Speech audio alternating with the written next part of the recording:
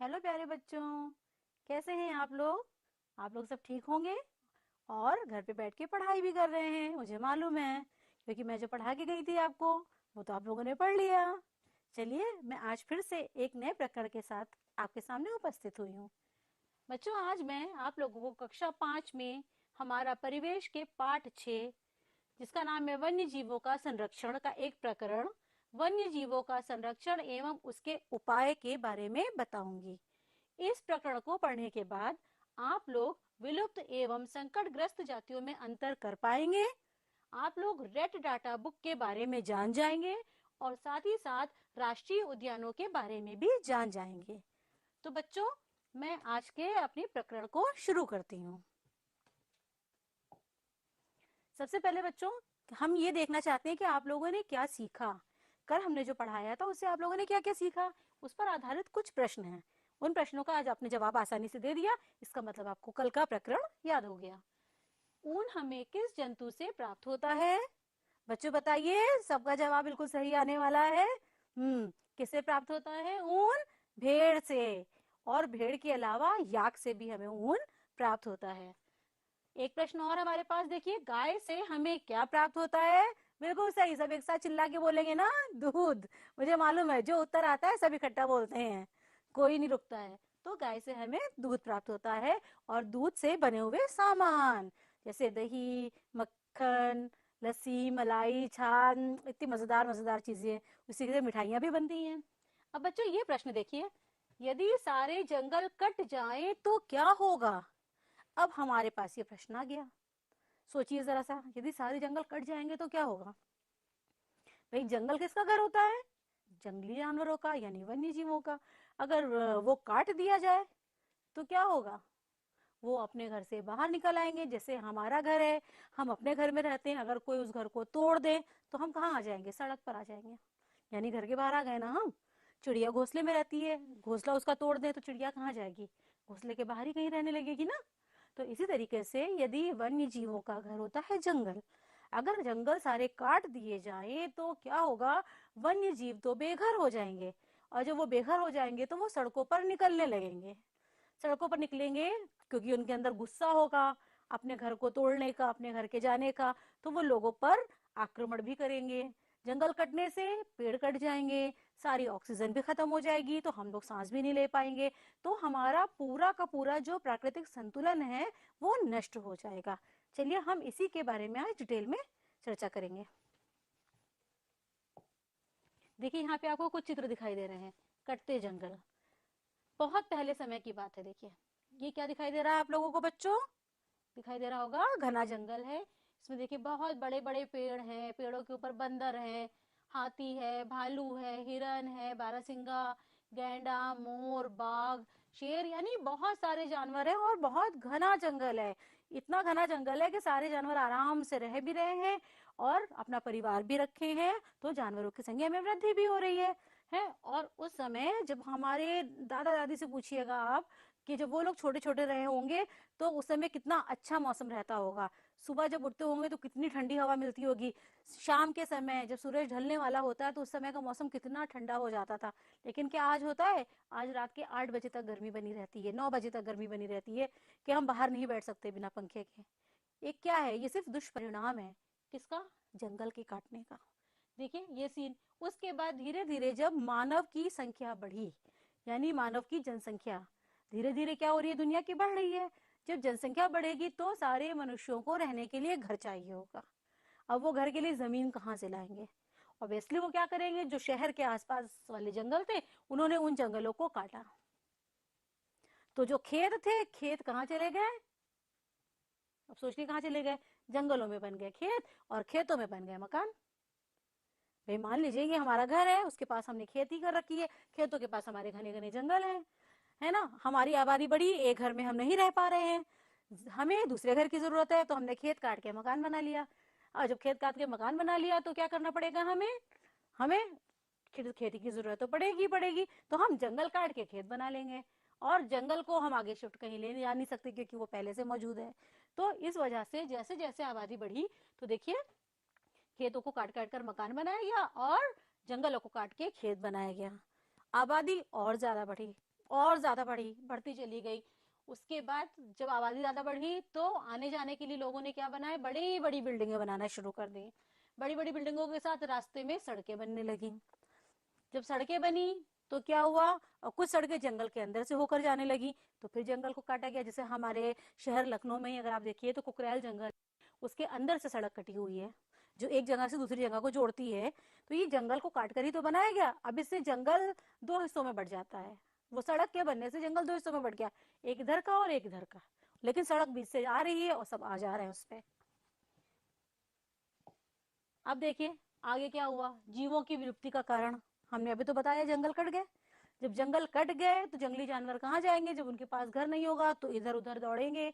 कुछ गाड़ी के नीचे आके मर गए, कुछ भूख से मर गए क्योंकि उनके घर खत्म हो गए। तो धीरे धीरे क्या हो गया, वो सारे जानवर क्या होने लगे, कम होने लगे। उनकी संख्या धीरे धीरे घटती गई और कुछ जानवरों की संख्या तो इतनी घट गई कि वो समाप्त ही हो गए। अब विलुप्ति के कारण क्या है उन जीवों के, तो देखिए सबसे पहला कारण है कारखाने। कारखाने आप जानते हैं, जैसे जैसे आबादी बढ़ी, उद्योग धंधे बढ़े, उद्योग धंधे बढ़ने के कारण लोगों ने बड़ी बड़ी फैक्ट्रियां और कारखाने लगाना शुरू किया। तो वो फैक्ट्रियां और कारखाने लगाए जाते थे शहर से थोड़ा बाहर की तरफ, यानी जंगल की तरफ। उससे उठने वाला जो हानिकारक धुआं होता था वो जीव जंतुओं के ऊपर गलत असर डालने लगा, और उनकी जो श्वसन प्रणाली थी और उनका जो जीवन जीने का तरीका था उसमें उसने बाधा डाली। तो उन जंतुओं की आयु क्या हो गई, कम होने लगी, और उनकी मृत्यु तेजी से होने लगी। और कुछ जंतु का तो पूरा का पूरा समूह ही जो है उसके कारण समाप्त हो गया। उसके अगला देखिए रेलवे लाइन, ये भी एक विलुप्ति का कारण है कि जब जनसंख्या बढ़ी और धीरे धीरे आधुनिकता आई, आधुनिकता आने के कारण पहले इंसान एक जगह से दूसरी जगह जाता था, तो जैसे मैंने पहले वाले पाठ में पढ़ाया कि बैलगाड़ी से, घोड़ा गाड़ी से, ऊंट से, उससे जाता था। लेकिन जब आधुनिकता आई और रेल का इंजन बन गया और बहुत दूर दूर तक दूरी पर आने जाने के लिए हम इस रेल का सहारा लेते हैं।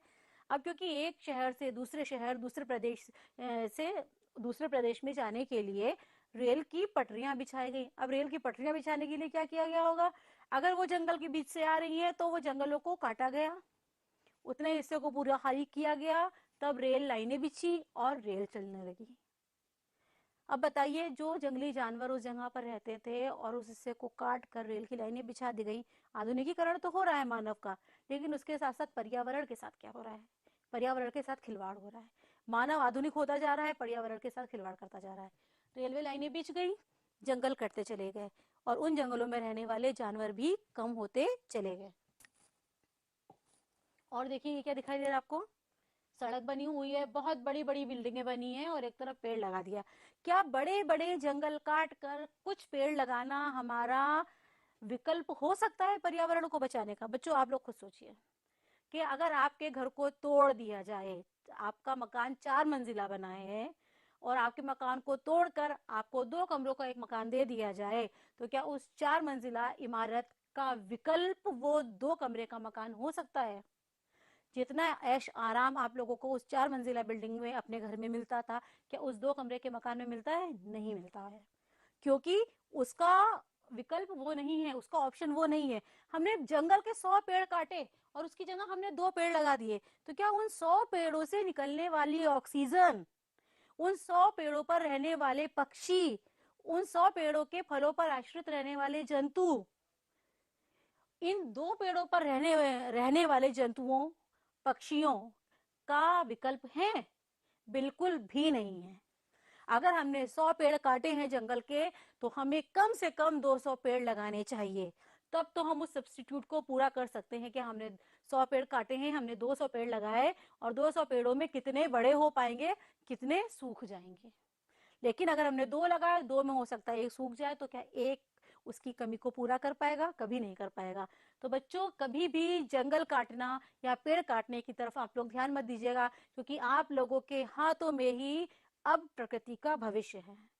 ये प्रकृति का संतुलन बना रहेगा तो आपके द्वारा, या संतुलन बिगड़ेगा तो भी आप ही के द्वारा। देखिए चौड़ी चौड़ी सड़कें बन गई, जंगल कट गए, कुछ पेड़ बाकी रह गए, बड़ी बड़ी इमारतें बन गई। वन्य जीव कहाँ चले जाएं? वन्य जीव अपने जंगल के इतने से एरिया में सिमट कर रह गए। उसी में सिमटने के कारण ना तो वो पनप पाए, ना वो संख्या में आगे बढ़ पाए, और धीरे धीरे समाप्ति की कगार पर पहुंच गए। नेक्स्ट देखिएगा, गैर कानूनी व्यापार। जंतुओं की विलुप्ति का एक कारण गैर कानूनी व्यापार भी है। आपने देखा होगा कि हाथी दांत के लिए हाथियों को मारा जाता है। हाथी दांत जो उसकी हड्डी होती है, जो सामने के दो कैनाइन दांत दिखाई देते हैं, जिनको हम हाथी दांत कहते हैं, सिर्फ उन हाथी दांतों के लिए गैर कानूनी तौर पर हाथियों का शिकार किया जाता है, क्योंकि ये जो हाथी दांत होता है, इस हड्डी से बहुत ही कीमती आभूषण और गहने बनाए जाते हैं। बहुत सुंदर सुंदर जो है सजावटी सामान बनाया जाता है।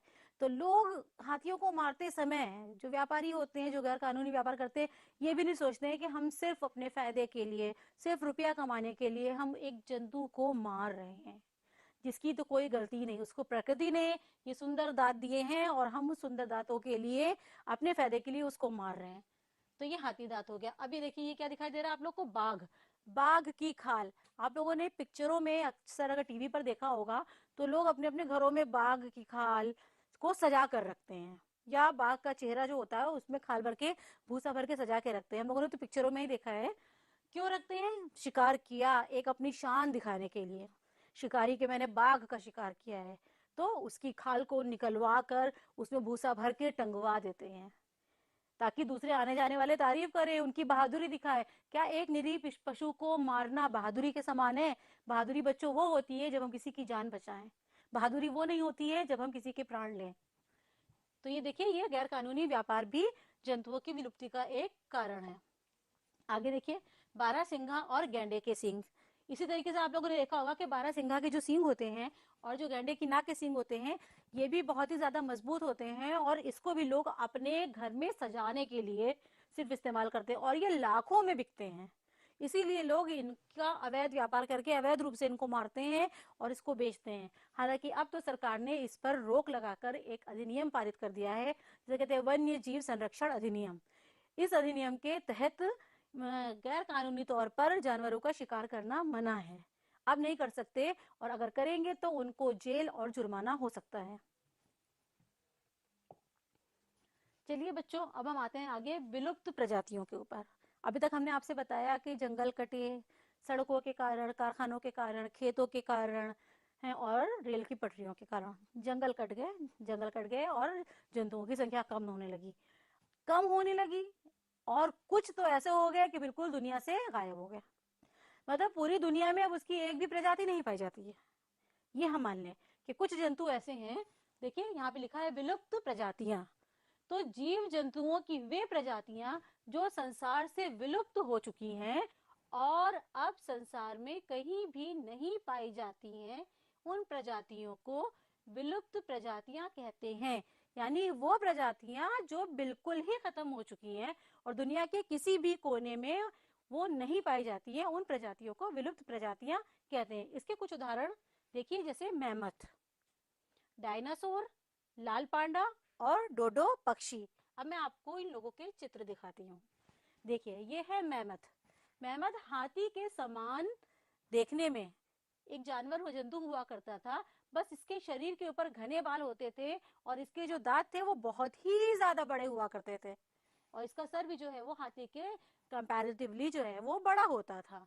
तो यहाँ पे ये दिखाई दे रहा है आपको कि देखने में ये हाथी के जैसा ही लगेगा, लेकिन ये हाथी नहीं, ये मैमथ था। ये प्रजाति अब दुनिया से खत्म हो चुकी है। देखिए दूसरा, ये आपको दिखाई दे रहा है पक्षी, ये पक्षी डोडो पक्षी है।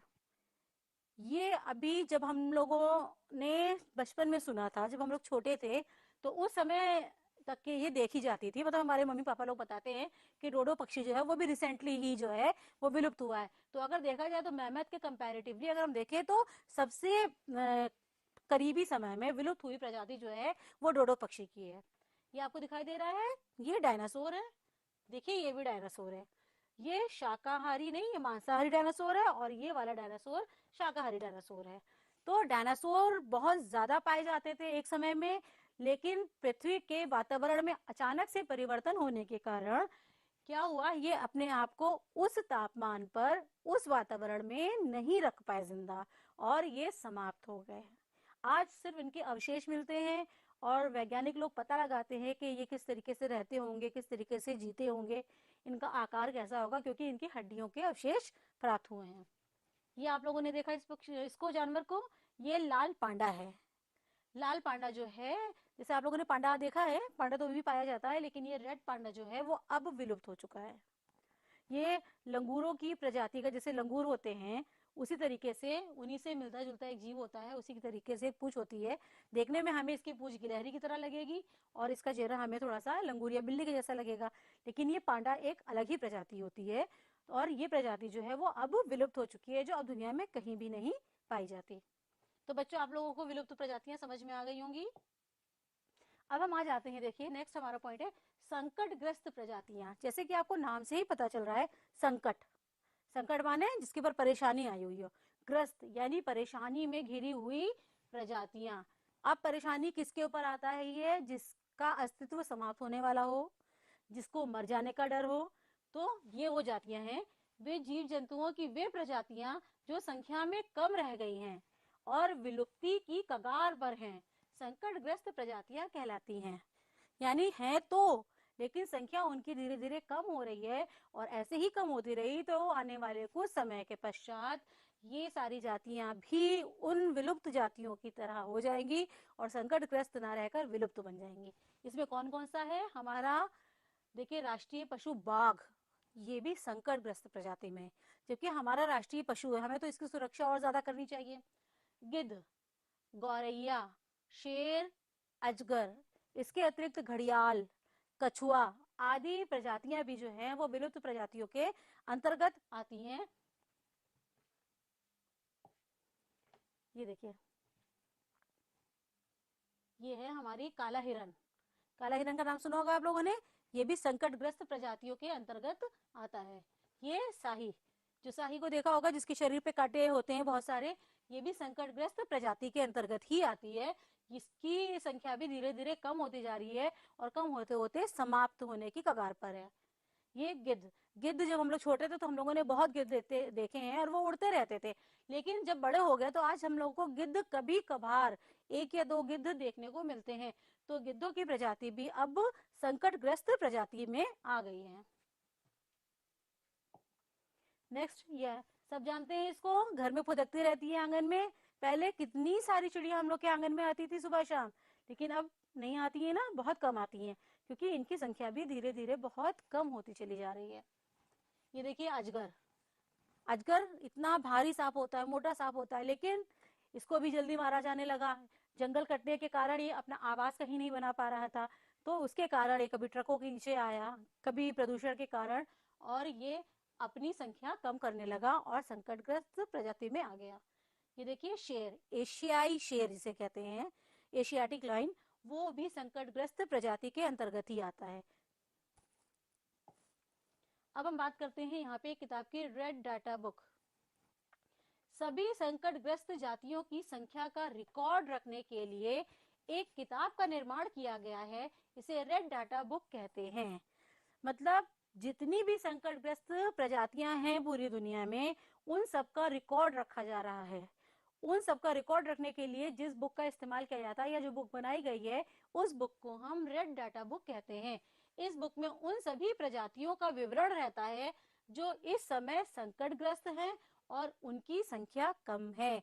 बच्चों याद रखिएगा, ये बहुत इंपॉर्टेंट चीज है, आप लोगों को याद होना चाहिए कि रेड डाटा बुक क्या है। तो रेड डाटा बुक एक ऐसी किताब है जिसमें उन सभी संकटग्रस्त जातियों का विवरण रखा जाता है जो कि संख्या में कम है। अब जातियां संख्या में कम हो गई, जैसे हमारा नेशनल एनिमल टाइगर ही, गौरैया, गैंडा, ये सारी क्या है? संकटग्रस्त जातियां हैं जिनको बचाना बहुत ज्यादा जरूरी है। हाथी, उसके लिए सरकार ने कुछ कदम उठाए, जैसे मैंने आपको बताया था कि वन्य जीव संरक्षण अधिनियम जो है कानून बनाया गया है।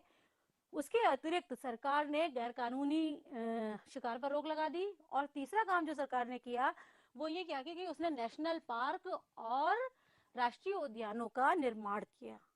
नेशनल पार्क और राष्ट्रीय उद्यान वो स्थान है जहां पर ये सारे जंतु, यानी जितने भी वन्य जीव हैं, वो खुले में घूमते हैं। उनके ऊपर ना तो कोई रोक टोक होती है और ना उनको पिंजरे में बंद करके रखा जाता है।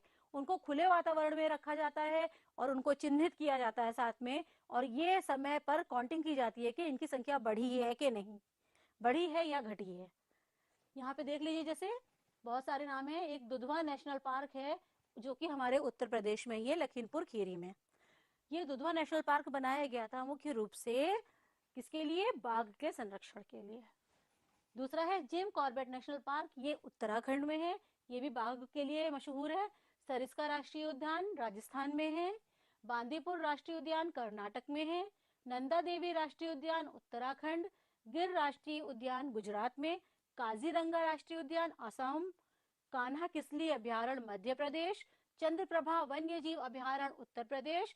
राजाजी राष्ट्रीय उद्यान उत्तराखंड। बांधवगढ़ राष्ट्रीय उद्यान मध्य प्रदेश। ये तो मैंने आपको बताया कि हमारे उत्तर प्रदेश, इसके आसपास और प्रदेशों में जो राष्ट्रीय उद्यान है। लेकिन क्योंकि हम लोग अगर उत्तर प्रदेश की राजधानी लखनऊ की बात करें तो हमको ये भी मालूम होना चाहिए कि कुकरेल का नाम आप लोगों ने सुना होगा। अगर नहीं सुना होगा तो इसको जानिए कि कुकरेल में घड़ियालों और मगरमच्छों को सुरक्षित रखने के लिए वहां पर उनकी ब्रीडिंग कराई जाती है, और उनके बच्चों को जो थोड़ा बड़ा होता है तो फिर नदियों में और उसमें छोड़ दिया जाता है।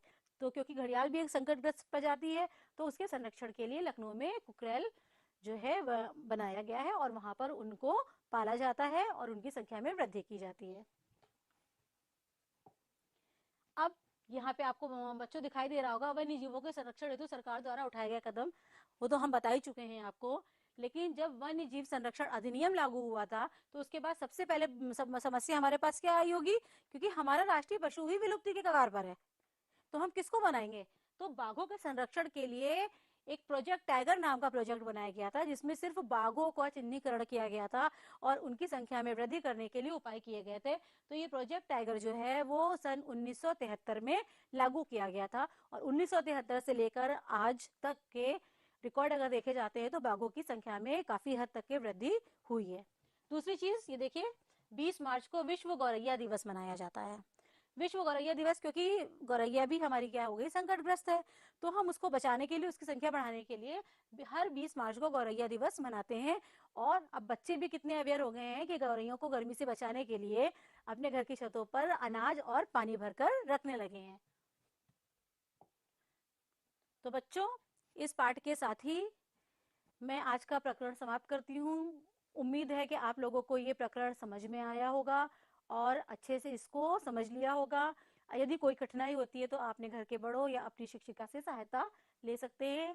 आप सबको बहुत बहुत शुभकामनाएं। धन्यवाद बच्चों।